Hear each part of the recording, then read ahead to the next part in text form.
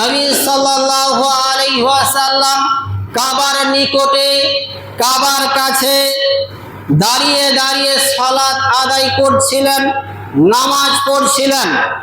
ওয়া জামউ কুরাইশিন ফি মাজালিসিহিম, আর কুরাইশদের একটা দল সেই কাবার নিকটে, কাবার কাছে তারা উপবিষ্ট ছিল, তারা বসেছিল।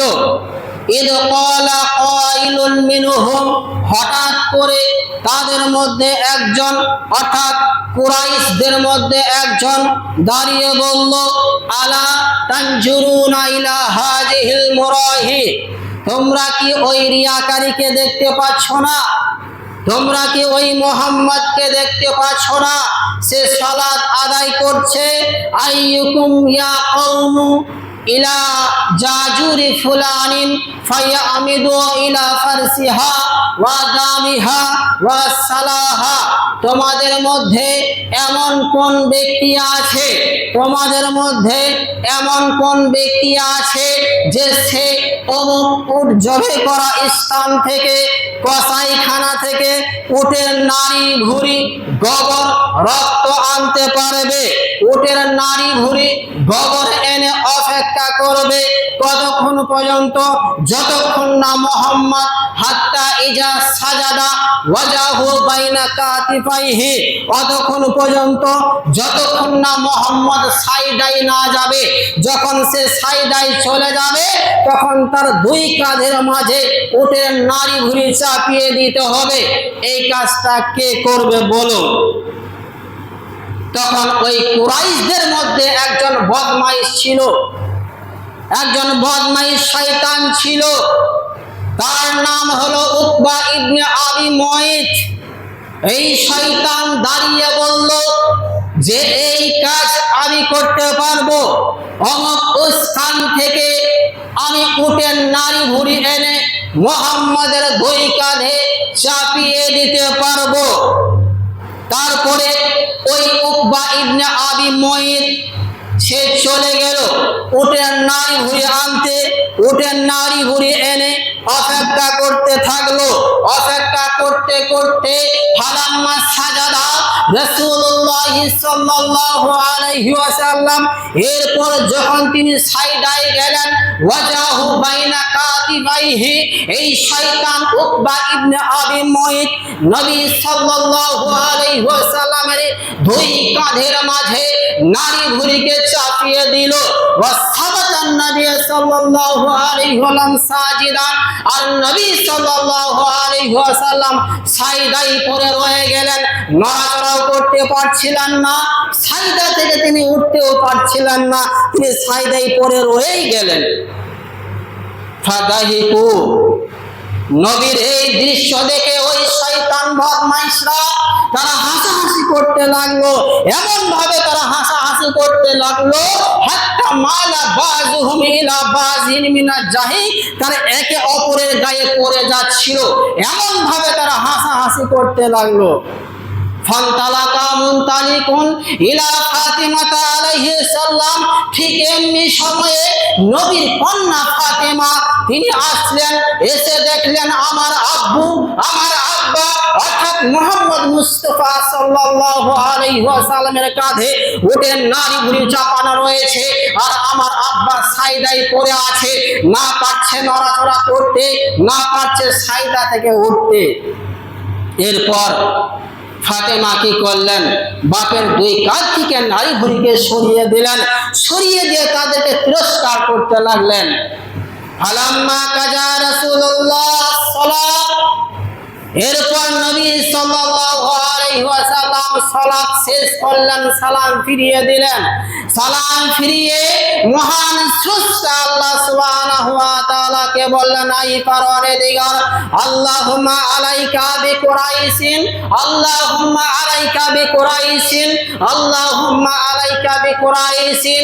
আই পরওয়ারদিগার, তুমি কুরাইশকে ধ্বংস করো, কুরাইশকে ধ্বংস করো, কুরাইশকে ধূলিসাৎ করে দাও। সুম্মা সাম্মা, নবীর এই বলে তার জানমন ভরল না।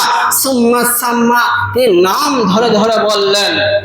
আই পারওয়ারদিগার, তুমি আমর ইবনে উতবা হিসামকে ধ্বংস করো, তুমি ওয়ালিদ ইবনে উতবাকে ধ্বংস করো, সাইবা ইবনে রাবিয়াকে ধ্বংস করো, ওয়ালিদ ইবনে আবি উতবাকে ধ্বংস করো, উকবা ইবনে আবি মুইত এদেরকে ধ্বংস করো।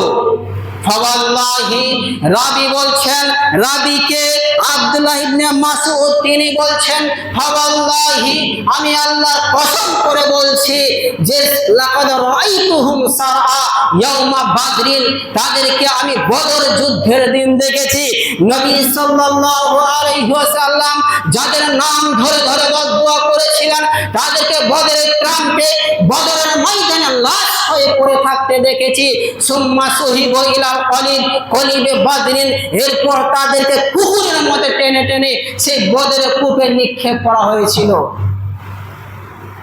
আর শুনুন, নবী সাল্লাল্লাহু আলাইহি ওয়াসাল্লাম জীবনের শেষ মুহূর্তে প্রচন্ড হারে অসুস্থ হয়ে পড়লেন। এত অসুস্থ হয়ে পড়লেন যে তিনি সালাত আদায় করার জন্য উযু করলেন। উযু করার পরে তিনি অজ্ঞান হয়ে জমিনে পড়ে গেলেন। এরপর যখন তিনার জ্ঞান ফিরল তখন তিনি আবারও নামাজের জন্য রেডি হচ্ছিলেন, প্রস্তুতি গ্রহণ করছিলেন। আবারও তিনি বেহুশ হয়ে জমিনে পড়ে গেলেন। এরপর যখন তিনার জ্ঞান ফিরল আবারও তিনি রেডি হচ্ছিলেন, প্রস্তুতি গ্রহণ করছিলেন। এইভাবে বেশ কয়েকবার তিনি রেডি হচ্ছিলেন আর বেহুশ হয়ে তিনি পড়ে যাচ্ছিলেন। আর এইদিকে মসজিদের নববীতে সাহাবীরা অপেক্ষা করছে যে মুহাম্মদ সাল্লাল্লাহু আলাইহি ওয়াসাল্লাম আসবেন, তিনি এসে ইমামতি করবেন, তিনার নেতৃত্বে আমরা সালাত আদায় করব, আমরা নামাজ পড়ব। এই অপেক্ষা সাহাবীরা করছিলেন। এরপর নবী সাল্লাল্লাহু আলাইহি ওয়াসাল্লাম দুইজন সাহাবীকে ডাকলেন। ওই দুইজন সাহাবীর মধ্যে একজন সাহাবী ছিলেন আব্বাস রাদিয়াল্লাহু আনহু, আর একজন ছিলেন আলী রাদিয়াল্লাহু আনহু। এরপর নবী সাল্লাল্লাহু আলাইহি ওয়াসাল্লাম আব্বাসের কাঁধে একটা হাত রাখলেন আর আলী রাদিয়াল্লাহু আনহুর কাঁধে একটা হাত রাখলেন। হাত রেখে কোন রকম ভাবে পা হিচড়ে হিচড়ে পা টানতে টানতে মসজিদুল নববীতে গেলেন। তিনার শরীরে ক্ষমতা ছিল না, তিনি যে দাঁড়িয়ে থাকবেন সেই দাঁড়িয়ে থাকার মতো ক্ষমতা ছিল না। তিনি কোন রকম ভাবে মসজিদুল নববীতে এসে আবু বকরকে বলেন, মুরু আবু বকরিন, তোমরা আবু বকরকে বলো সে যেন ইমামতি করে, সেই ইমামতি যেন করে লোকেদেরকে নিয়ে যেন সালাত আদায় করায়। তখন আবু বকর রাদিয়াল্লাহু আনহু নবী সাল্লাল্লাহু আলাইহি ওয়াসাল্লামের নির্দেশ পেয়ে তিনি ইমামতি করলেন আর নবীর পিছনে সালাত আদায় করলেন। এখানে কি বুঝতে পারলেন যে নবী সাল্লাল্লাহু আলাইহি ওয়াসাল্লামের শরীরে এত অসুস্থ থাকার পরেও চলার মতো ক্ষমতা ছিল না, দাঁড়িয়ে যে তিনি থাকবেন সেই ক্ষমতাটুকু তিনার ছিল না। লাঠি ধরে কোন রকম ভাবে কষ্ট করে মেহনত করে মসজিদে আসবেন, এসে নামাজ পড়বেন, এই ক্ষমতাও নবী সাল্লাল্লাহু আলাইহি ওয়াসাল্লাম ছিল না। এরপরেও তিনি মসজিদে এসে নামাজ পড়েছেন, এরপরেও তিনি সালাত ত্যাগ করেননি, নামাজ পড়েননি, নামাজ ছাড়েননি, নামাজকে তিনি ত্যাগ করেননি, নামাজ পড়েছেন। আর আমাদের সামান্য শরীর খারাপ হয়ে, সামান্য হাঁটুতে ব্যথা, পায়ে ব্যথা বা সর্দি কাশি ঠান্ডা জ্বর হলে নামাজকে আমরা ত্যাগ করে দিই, নামাজ ছেড়ে দিই না। দেখবেন কিছু মুসল্লি আছে তারা মানে অনেক রকম বাহানা দিয়ে তারা মসজিদে আসতে চায় না, বাড়িতে সালাত আদায় করে, যে মাওলানা সাহেব আমার হাঁটুতে পায়ে ব্যথা, মসজিদে যেতে পারছি না। আবার ওই লোকের ব্যাপারে আপনি খবর নিয়ে দেখবেন সে সিউড়ি দুবরাজপুর আপনার এই বাজারে চলে যায়, তার সঙ্গে কেউ থাকে না, একাই সে সারা পৃথিবী ভ্রমণ করে, আর মসজিদে আসতে গেলেই পায়ে ব্যথা। নবী সাল্লাল্লাহু আলাইহি ওয়াসাল্লামের হাদিসটা যেটা বললাম এটা নিয়ে একটু গবেষণা করতে হবে যে নবীর শরীরে এত অসুস্থ ছিল, এরপরও তিনি মসজিদে এসে নামাজ পড়েছেন।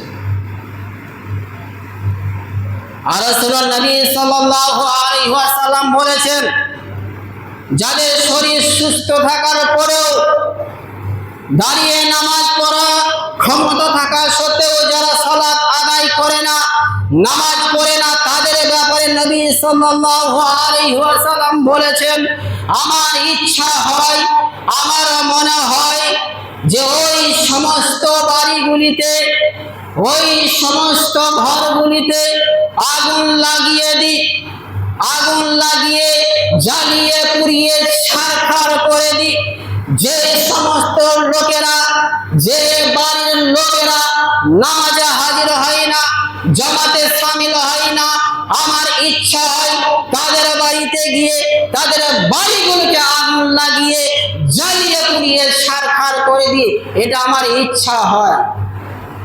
আরো নবী বলেছেন, যদি বাড়িতে বাচ্চা না থাকতো, বাড়িতে যদি কচি বাচ্চা, মাসুম বাচ্চা, শিশু না থাকতো, বাড়িতে যদি নারী মহিলা না থাকতো, আমি যুবকদেরকে হুকুম করতাম, যুবকদেরকে নির্দেশ দিতাম, তোমরা ওর বাড়িতে আগুন ধরিয়ে দাও যে বাড়ির লোকেরা এশার সালাতে আসে না, নামাজে আসে না, তাদের বাড়িগুলিতে আগুন লাগিয়ে জ্বালিয়ে পুড়িয়ে ছারখার করে দাও। শুধু নারী আর বাচ্চা যদি না থাকতো, তাহলে আমি যুবকদেরকে হুকুম করেই ফেলতাম। বুঝতে পারছেন?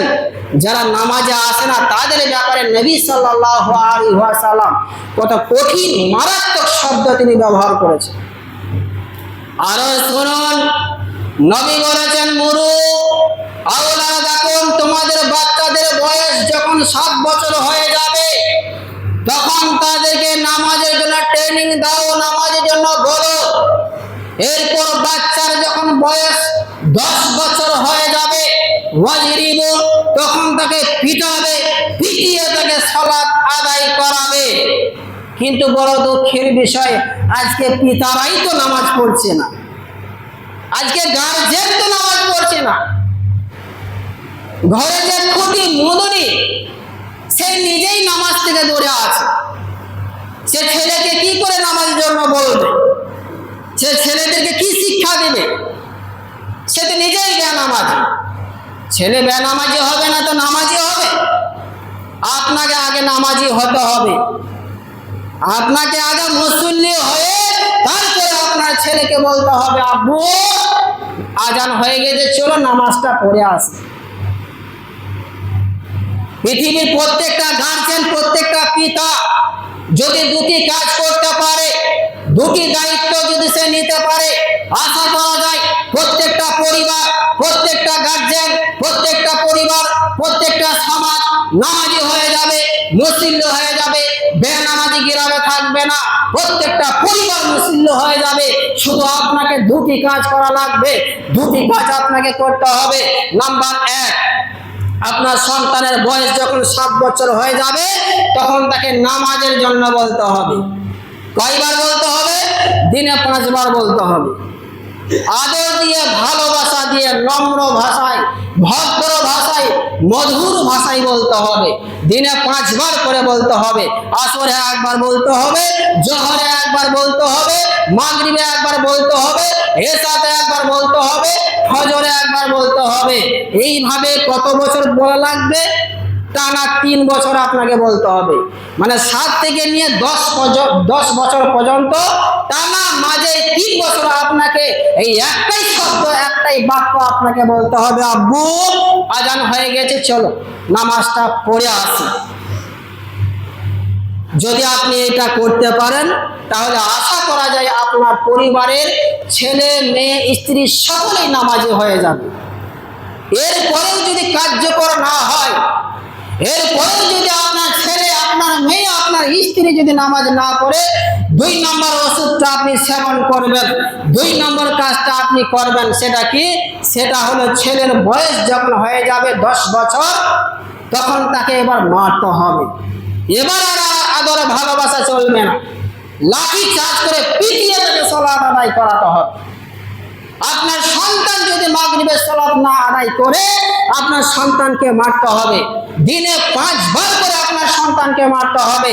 এইভাবে টানা 5 বছর আপনাকে সন্তানের উপরে লাঠি চার্জ করতে হবে। যদি এই কাজটা আপনি করতে পারেন, তাহলে আশা করা যায় আপনার সন্তান নামাজি হয়ে যাবে। পাড়াতে একটাও বেনামাজি থাকবেন, কিন্তু সেই দায়িত্ব আজকে গার্জেনরা পালন করছে না। করছে না। ছেলেদের সারাদিন ফ্রি ফায়ার পাবজি নিয়ে পড়ে আছে, গোল হয়ে বসে হারাম খেলাতে মেতে আছে। বাপ একবারও খবর নেয় না, খোঁজ নেয় না যে আমার ছেলেটা কোথায় আছে, সে নামাজে গেছে কিনা, কোনো খোঁজ খবর নেই। আছে ওই ছেলেকে প্রহার করে না, প্রহার করে কখন মারে, কখন যখন সন্তান টিউশন যায় না, যখন সন্তান স্কুল যায় না, তখন বাপ ছেলেকে বকাবকি করে, তখন বাপ ছেলেকে মারধর করে। আর নামাজে আসছে না, এটার জন্য আপনি কিছুই বলছেন না, তার প্রতিবাদ আপনি করছেন না। শুনে রেখে দেন, ওয়াল্লাহি আল্লাহর কসম করে বলছি, ওয়াল্লাহি আমি আল্লাহর কসম করে বলছি, আপনি যদি তাহাজ্জুদ গুজার হন, আপনি যদি 5 ওয়াক্ত মুসল্লি হন, আপনি যদি 10 বার হজ করে আসেন, আপনি যদি প্রত্যেকদিন কন্টিনিউ তাহাজ্জুদের নামাজ পড়েন, আর আপনার সন্তানকে যদি নামাজের জন্য না বলেন, আপনার সন্তানকে যদি আপনি নামাজি না বানাতে পারেন, এই সন্তান কাল কিয়ামতের মাঠে আপনার বুকে পা রেখে আপনাকে ঠেসে জাহান্নামে চলে যাবে। আপনি কিছুই করতে পারবেন না। পারবেন কিছু করতে? কিছুই করতে পারবেন না। ইমাম আহমদ ইবনে হাম্বল, ইমাম শাফি, ইমাম মালিক, এই 3 জন ইমাম বলেছেন, যে ব্যক্তি সালাত আদায় করবে না, যে ব্যক্তি নামাজ পড়বে না, তার গর্দন উড়িয়ে দিতে হবে, তার গর্দন থাকবে না। সে যে কে হোক, সে যদি আলেম হয়। বড় দুঃখ লাগে আজকে দেখবেন অনেক আলেম আছে, অনেক ইমাম আছে, অনেক মাওলানা আছে, হাফেজ আছে, কারি আছে, তারা সালাত ঠিকঠাক আদায় করে না। তাহলে পাবলিককে আমি কিভাবে বলবো? পাবলিককে আমি কিভাবে নামাজের দাওয়াত দেবো? কিভাবে আমি পাবলিককে বলবো চলো তুমি সালাত আদায় করো? আমি যদি বেনামাজি হয়, আমি যদি সালাত আদায় না করি, নামাজের দাওয়াত দেওয়া ঠিক হবে? হবে না।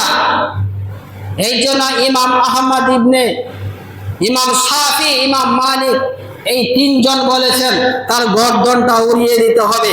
সে হাফেজ হোক, কারি হোক, আলেম হোক, ইমাম হোক, সাধারণ মানুষ হোক, মহিলা হোক, পুরুষ হোক, ছোট হোক, বড় হোক, যে কেউ হোক না কেন, তার গর্দনটা উড়িয়ে দিতে হবে। আর ইমাম মালিক বলেছেন, ইমাম শাফি বলেছেন, যে ব্যক্তি সালাত আদায় করবে না, তাকে বন্দিশালায় বন্দি করে দাও, জেলখানায় বন্দি করে দাও, আর অতক্ষণ পর্যন্ত তাকে পিটাতে থাকো, অতক্ষণ পর্যন্ত তাকে মারতে থাকো, যতক্ষণ না সে সালাত আদায় না করছে। সালাত যদি আদায় করে তাকে ছেড়ে দাও, আর সালাত যদি আদায় না করে তাকে পিটিয়ে পিটিয়ে পৃথিবীর বুক থেকে বিদায় করে দাও। এই কথা কে বলেছেন? আবু হানিফা, তিনি এই কথা বলেছেন। অতএব নিজে নামাজ পড়ুন, আপনার সন্তানদেরকে নামাজের জন্য বলুন। বলতে হবে, নামাজ পড়লে আপনার গুনাহ ক্ষমা হবে, আপনার পাপ ক্ষমা হবে। আপনি যে সারাদিন পাপগুলি করছেন, হাতে পায়ে যে পাপগুলি হচ্ছে, এই পাপগুলি মোচন হয়ে যায়, ক্ষমা হয়ে যায় নামাজ পড়লে। দলিল নেবেন? তাহলে দলিল শুনুন। নবী সাল্লাল্লাহু আলাইহি ওয়াসাল্লাম বলেছেন, বান্দা যখন সালাতে দাঁড়ায়, নামাজে দাঁড়ায়, তখন তার সমস্ত পাপগুলিকে তার ঘাড়ের মাঝামাঝি স্থানে রাখা হয় একটা ভারের মতো। এরপর বান্দা যখন রুকু সাজদা করে, তখন তার পাপগুলি আস্তে আস্তে করে ঝরঝর করে ঝরতে থাকে, তার পাপগুলি ঝরে যায়। আর শুনুন, নবী সাল্লাল্লাহু আলাইহি ওয়াসাল্লাম বলেছেন, যে ব্যক্তি উত্তম রূপে, ভালোভাবে, সুন্দরভাবে ওযু করবে, ওযু করার পর সৎ নিয়তে, ভালো নিয়তে, নেকির আশায়, জান্নাতের আশায়, জাহান্নাম থেকে বাঁচার আশায় সালাত 2 রাকাত নামাজ পড়বে, বিনিময়ে আল্লাহ সুবহানাহু ওয়া তাআলা তার পিছনের সমস্ত গুনাহগুলিকে ক্ষমা করে দেন, ধুয়ে মুছে পরিষ্কার করে দেন।